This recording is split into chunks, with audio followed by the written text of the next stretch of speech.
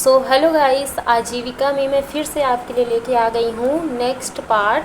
ठीक है, तो चलिए स्टार्ट करते हैं। हम योजनाएं देख रहे थे, तो देखो अब नेक्स्ट योजना है किसान शॉपिंग मॉल, जो कि प्रारंभ हुआ है 2010 में। कब हुआ है? 2010 में प्रारंभ हुआ है। और सबसे इम्पॉर्टेंट है, राजनांदगांव में सबसे पहला किसान शॉपिंग मॉल लगाया गया, इस्टेब्लिश किया गया। प्रस्तावित है किसान शॉपिंग मॉल महासमुंद में प्रस्तावित है। किसान शॉपिंग मॉल में क्या होगा, तो इसमें कृषि खाद, बीज, पेस्टिसाइड, कृषि उपकरण, ट्रैक्टर पार्ट्स, छड़, सीमेंट, कपड़ा, ज्वेलरी, मनोरंजन हेतु मल्टीप्लेक्स, टॉकीज, रेस्टोरेंट तथा गार्डन, ये सब अवेलेबल होंगे। मतलब कि सब चीज़ तो होंगे ही किसानों का, साथ ही साथ मनोरंजन के लिए भी चीज़ें होंगी। ठीक है, तो किसान शॉपिंग मॉल 2010 में प्रारंभ हुआ और राजनांदगांव में बन चुका है और प्रस्तावित है महासमुंद में। नेक्स्ट है शाकंभरी योजना, जो कि प्रारंभ हुआ है 2005 में। और इसका उद्देश्य क्या है कि सिंचाई संसाधनों का विकास करना, ये इसका उद्देश्य है। ठीक है, प्रावधान क्या है? लघु एवं सीमांत कृषकों को 0 से 5 हॉर्स पावर तक, मतलब अगर 0 से 5 हॉर्स पावर तक के विद्युत सबमर्सिबल पंप, डीजल पंप एवं पेट्रोल पंप अगर परचेज करते हैं, क्रय करते हैं, तो उसमें 75% की छूट दी जाएगी। जो अधिकतम छूट होगी, ठीक है, जो अधिकतम छूट होगी जितना का रहेगा, वो रहेगा 16,875 रुपये की अधिकतम छूट दी जाएगी। ठीक है, 16,875 रुपये की अधिकतम छूट दी जाएगी और वो 75% तक की छूट दी जाएगी। ठीक है, दूसरा है कुआं निर्माण पर 50% या 22,500 रुपये की अनुदान दिया जाएगा। ठीक है, अनुदान मतलब पैसा दिया जाएगा। ठीक है, तो 50% या फिर 22,500 रुपये का अनुदान दिया जाएगा। लक्ष्य क्या है? छोटे एवं सीमांत कृषकों के लाभार्थी सिंचाई हेतु कुओं का निर्माण एवं पंप प्रदाय करना। तो ये शाकंभरी योजना का कार्य था। ठीक है, तो 2005 में स्टार्ट हुआ और 0 से 5 हॉर्स पावर तक में 75% की छूट दी जाएगी और कुआं निर्माण पर 50% की छूट दी जाएगी। ठीक है, नेक्स्ट है योजना ग्रामीण इंटरनेट अधोसंरचना योजना। ठीक है, तो इसका प्रावधान क्या है कि ग्राम पंचायतों में कनेक्टिविटी पहुंचाने के लिए भारत नेट परियोजना का क्रियान्वयन करना। भारत नेट परियोजना मतलब कि ऑप्टिकल फाइबर बिछाना। तो देखो इसमें योजना के दूसरे चरण में 5987 ग्राम पंचायतों में लगभग 32,000 किलोमीटर का ऑप्टिकल फाइबर केबल बिछाया गया है। ठीक है, 32,000 किलोमीटर का ऑप्टिकल फाइबर बिछाया गया है, ये गांव में ग्रामीण इंटरनेट अधोसंरचना विकास के तहत। ठीक है, इसका मूल्यांकन क्या है? नेट कनेक्टिविटी के लिए नया रायपुर में स्टेट नेटवर्क ऑपरेशन सेंटर एसनॉक का निर्माण किया जाना। वर्ष 2020 में इस योजना के अंतर्गत लगभग 3,000 किलोमीटर ऑप्टिकल फाइबर केबल बिछाया गया और 1086 से अधिक ग्राम पंचायतों में ऑप्टिकल केबल बिछाने का काम पूर्ण कर एसनॉक से जोड़ दिया गया। ठीक है, तो ग्रामीण इंटरनेट अधोसंरचना का लक्ष्य है कि ऑप्टिकल फाइबर केबल बिछाना और 32,000 किलोमीटर में 5987 ग्राम पंचायतों में बिछाया भी जा चुका है। ठीक है, आगे बढ़ते हैं। लोक स्वास्थ्य यांत्रिकी योजना। ठीक है, लोक स्वास्थ्य यांत्रिकी अधोसंरचना ग्रामीण जल प्रदाय कार्यक्रम 2020-21 में इसके तहत किया गया। राज्य के ग्रामीण क्षेत्रों में 19,676 ग्रामों के 74,982 बसाहटों में 2,88,282 हैंडपंप स्थापित कर शुद्ध पेयजल उपलब्ध कराया जा रहा है। ठीक है, तो मतलब लोक स्वास्थ्य यांत्रिकी अधोसंरचना का लक्ष्य है शुद्ध पेयजल प्रदान करना।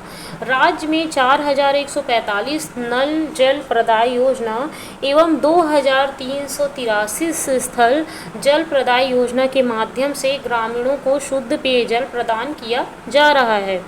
प्रदेश की 48,451 शालाओं एवं 35,314 आंगनबाड़ी केंद्रों में पेयजल उपलब्ध कराई गई है। तो लोक स्वास्थ्य यांत्रिकी अधोसंरचना का लक्ष्य पेयजल उपलब्ध कराना है, स्वच्छ पेयजल। और 2020-21 भी इसी के अंतर्गत है, ग्रामीण जल प्रदाय कार्यक्रम। और राज्य के ग्रामीण क्षेत्रों के बहुत सारे एरिया में हैंडपैप स्थापित कर शुद्ध पेयजल उपलब्ध कराया जा रहा है इस के माध्यम से। साथ ही साथ आंगनवाड़ी में और शाला में भी नल का कनेक्शन लगाया जा रहा है। नेक्स्ट है किसान कॉल सेंटर। उद्देश्य क्या है? कृषि विभाग द्वारा किसानों की समस्याओं के त्वरित समाधान हेतु ये स्टार्ट किया गया किसान कॉल सेंटर। और इसका जो टोल फ्री नंबर है ये वो 1551 है। ठीक है, किसान कॉल सेंटर का टोल फ्री नंबर क्या है? 1551 है। तो अगर किसानों को कोई भी प्रॉब्लम होती है तो इस नंबर पे कॉल करके वो कोई भी समस्या का समाधान प्राप्त कर सकते हैं। नेक्स्ट है बस्तर नेट परियोजना। बस्तर नेट परियोजना जो है ना 15 अगस्त 2016 को इसकी घोषणा हुई। ठीक है, 15 अगस्त 2016 को इसकी घोषणा हुई और प्रारंभ ये हुआ 1 अप्रैल 2017 से जगदलपुर से प्रारंभ हुआ, है ना। उद्देश्य इसका क्या है कि छत्तीसगढ़ के नक्सल प्रभावित बस्तर क्षेत्र में मोबाइल व इंटरनेट कनेक्टिविटी के लिए ये चालू हुआ। और इसमें प्रावधान है कि 40 करोड़ व 432 किलोमीटर ऑप्टिकल फाइबर केबल बिछाना। तो उस वाले परियोजना में जो क्या नाम था इसका? ग्रामीण इंटरनेट अधोसंरचना में भी ऑप्टिकल फाइबर केबल गांव में लगाना था। अब यहाँ पे बस्तर नेट परियोजना में भी वही काम किया जा रहा है। ठीक है, मोबाइल इंटरनेट कनेक्टिविटी के लिए बस्तर में मोबाइल और इंटरनेट, देखो वहाँ पे इंटरनेट के लिए ऑप्टिकल फाइबर बिछाया जा रहा था और इसमें क्या किया जा रहा है कि मोबाइल इंटरनेट कनेक्टिविटी दिया जा रहा है। ठीक है, कि इंटरनेट स्पीड से चले। ठीक है, तो इस तरीके से 15 अगस्त 2016 को स्टार्ट हुआ और 1 अप्रैल 2017 जगदलपुर से स्टार्ट हो गया। और इसमें भी फाइबर केबल बिछाया जा रहा है मोबाइल इंटरनेट कनेक्टिविटी के लिए, उसमें भी बिछाया जा रहा था। नेक्स्ट है मुख्यमंत्री चलित संयंत्र पेयजल योजना। इसका उद्देश्य है नवाचार के रूप में प्राकृतिक आपदा, जल जनित बीमारी फैलने गंभीर समस्या की स्थिति में 3 मोबाइल संयंत्र दुर्ग, रायपुर, बिलासपुर एवं बस्तर संभाग हेतु संचालित किया जाना प्रस्तावित है। ठीक है, तो चलित संयंत्र पेयजल योजना, तो इसके तहत ना बहुत सारे प्रोजेक्ट आ जाते हैं, जैसे राजीव गांधी सर्व जल योजना। विभाग द्वारा संचालित वाटर फिल्टर प्लांट के माध्यम से पैकेज्ड वाटर हेतु अभिनव पहल करते हुए इस योजना का शुभारंभ किया गया और दूर संभाग के सागर जल प्रदाय योजना में पायलट प्रोजेक्ट के रूप में लिया गया है ये। ठीक है, उसके बाद में दूसरा आता है गिरौदपुरी धाम समूह पेयजल योजना कि इस योजना के अंतर्गत 10 ग्राम पंचायतों को सम्मिलित कर इस योजना के लिए 90 करोड़ का प्रावधान किया गया है और इस योजना से 50,000 की जनसंख्या लाभान्वित होगी। तीसरा है इसके अंतर्गत सुपावेड़ा समूह जल प्रदाय योजना। सुपावेड़ा कहाँ पे है? गरियाबंद विकास खंड के देवभोग के ग्राम सुपावेड़ा में 8 ग्रामों को मिलाकर जो कि किडनी रोग से प्रभावित हैं वहाँ पे स्वच्छ जल प्रदान करना, ये इसका लक्ष्य है। उसके बाद में समुदाय आधारित स्वजल योजना, तो राज्य के 10 आकांक्षी जिले कांकेर, कोंडागांव, मतलब बस्तर के पूरे 7, कांकेर, कोंडागांव, बस्तर, सुकमा, दंतेवाड़ा, बीजापुर, नारायणपुर 7। उसके बाद में साथ ही साथ में महासमुंद, कोरबा और राजनांदगांव ये आकांक्षी जिले में आते हैं। ठीक है, कोरबा, महासमुंद और राजनांदगांव ये आकांक्षी जिले में आते हैं। तो इसमें यहाँ पे स्वच्छ जल उपलब्ध कराना। ठीक है, तो इस तरीके से मुख्यमंत्री चलित संयंत्र पेयजल योजना का लक्ष्य था कि बहुत सारी जो बीमारी फैलती हैं, प्राकृतिक आपदा हो जाता है जल के कारण। ठीक है, और 3 मोबाइल संयंत्र दुर्ग, रायपुर, बिलासपुर में बस्तर संभाग हेतु संचालित किया जाना प्रस्तावित है। राजीव गांधी सर्व जल योजना भी इसी के अंतर्गत आता है।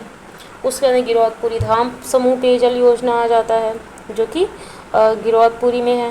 ठीक है, और सुपावेड़ा जो कि सुपावेड़ा विकास खंड देवभोग में आता है, गरियाबंद में।